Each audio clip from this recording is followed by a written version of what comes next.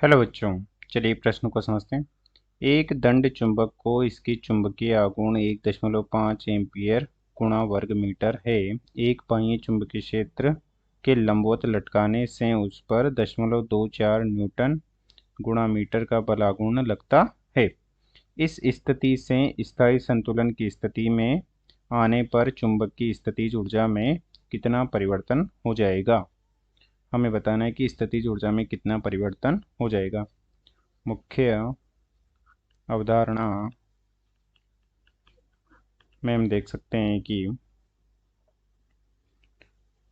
इस प्रकार से एक समान बाह्य चुंबकीय क्षेत्र B सदिश है। इस प्रकार से बाह्य चुंबकीय क्षेत्र B सदिश है जिसमें किसी क्षण चुंबक को इस प्रकार से रखा गया है,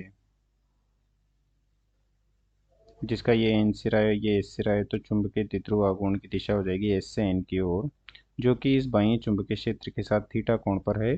तो इस क्षण चुंबक पर लग रहा बल आघूर्ण हो जाएगा टो सदिश बराबर एम सदिश का बी सदिश के साथ सदिश गुणनफल या परिमाण के रूप में ये हो जाएगा एम बी साइन थीटा। और जब हम इसे माना कि ये क्षण चुंबक θ1 से θ2 कोण तक, इस प्रकार से θ1 से θ2 कोण तक बलाघूर्ण के विरुद्ध घुमाने में किया गया कार्य करती है। इस प्रकार से देख सकते हैं कि इस प्रकार से ये θ1 कोण पर है, इस प्रकार से एन और एस, इस प्रकार से माना कि ये θ1 कोण पर है और इसे बलाघूर्ण के विरुद्ध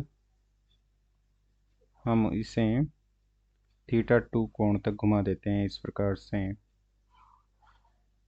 ये एन और ये एस हो जाएगा। तो ये θ1 से θ2 कोण तक हमने घुमा दिया है। तो इसमें किया गया कार्य हो जाएगा W बराबर एम बी कोस θ1 माइनस कोस θ2। और ये किया गया कार्य ही इस क्षण चुंबक की स्थितिज ऊर्जा के रूप में संचित हो जाता है। ये किया गया कार्य ही अर्थात ये किया गया कार्य ही U बराबर W हो जाता है, जो कि इस क्षण चुंबक की स्थितिज ऊर्जा के रूप में संचित हो जाता है। अब चलिए प्रश्न को हल करते हैं। प्रश्न में दिया गया है कि एक क्षण चुंबक है जिसका चुंबकीय आघूर्ण हमें दिया गया है तथा उसे बाह्य चुंबकीय क्षेत्र के तल के लंबवत रखा गया है। इस प्रकार से तल के लंबवत रखेंगे तो ये हो जाएगा एन सिरा और ये हो जाएगा एस सिरा। इस प्रकार से एम सदिश की दिशा हो जाएगी एस से एन की ओर, जो कि बी सदिश के लंबवत है, अर्थात θ1 बराबर हो जाएगा 90 डिग्री तथा उसे θ1 से स्थायी संतुलन की अवस्था में आना है। अर्थात स्थायी संतुलन की अवस्था हो जाएगी इस प्रकार से, जहाँ एम सदिश व बी सदिश समांतर हो जाएंगे। इस प्रकार से ये एम सदिश की दिशा हो जाएगी एस से एन की ओर, तो यहाँ पर एम सदिश व बी सदिश समांतर हो गए, तो θ2 हो जाएगा 0 डिग्री। और इस 90 डिग्री से 0 डिग्री तक घुमाने में किया गया कार्य ही इसकी स्थितिज ऊर्जा में परिवर्तन हो जाएगा। तो हम देख सकते हैं कि स्थितिज ऊर्जा में परिवर्तन हो जाएगा U बराबर एम बी कोस θ1 माइनस कोस θ2। और m का मान हमें दिया गया है, जो कि हो जाएगा 1.5 एम्पियर गुणा वर्ग मीटर तथा टो बराबर हो जाएगा 0.24 न्यूटन गुणा मीटर। तो यहाँ से हम लिख देंगे एम बी कोस θ1 हो जाएगा, कोस θ1 है 90 डिग्री तथा कोस θ2 है 0 डिग्री, तो ये तो हो जाएगा 0 और ये हो जाएगा 1, तो ये हो जाएगा U बराबर माइनस एम बी। और हम देख सकते हैं कि हमें चुंबकीय आघूर्ण m का मान दिया गया है, टो का मान दिया गया है, परंतु b का मान नहीं दिया गया है। तथा हम देख सकते हैं कि लंबवत की स्थिति में टो बराबर हो जाएगा एम बी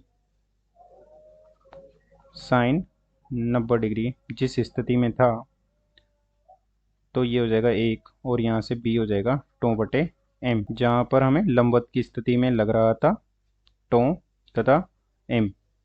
तो यहाँ से हम लिख सकते हैं कि बी बराबर हो जाएगा टो बटे एम, तो एम से एम कट जाएगा और यू बराबर हो जाएगा माइनस टो, और ये हो जाएगा -0.24 न्यूटन गुणा मीटर, या ये हो जाएगा जूल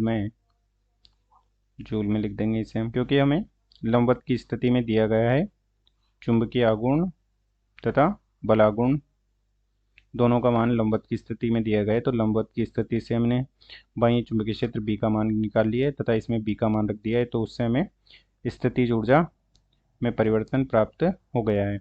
अतः दिए गए प्रश्न को हमने हल कर दिया है। आशा करते हैं आपको समझ में आया होगा। धन्यवाद।